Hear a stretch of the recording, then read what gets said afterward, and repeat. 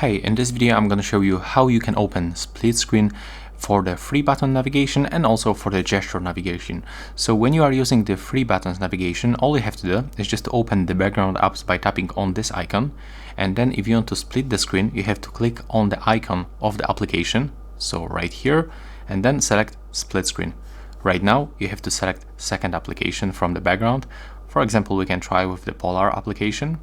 As you can see, we easily split the screen. You can also adjust the size of each application. So if you want to get the Google Translate bigger, you can do this by moving this line, the white line right here. If you want to close this mode, you can just swipe like that.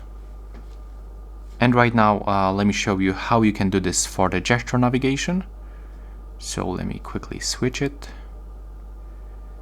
There we go. And in the gesture navigation, we have to swipe from the bottom of the screen and hold, and then just repeat. So click on the icon, tap split screen, select second application, and that's it.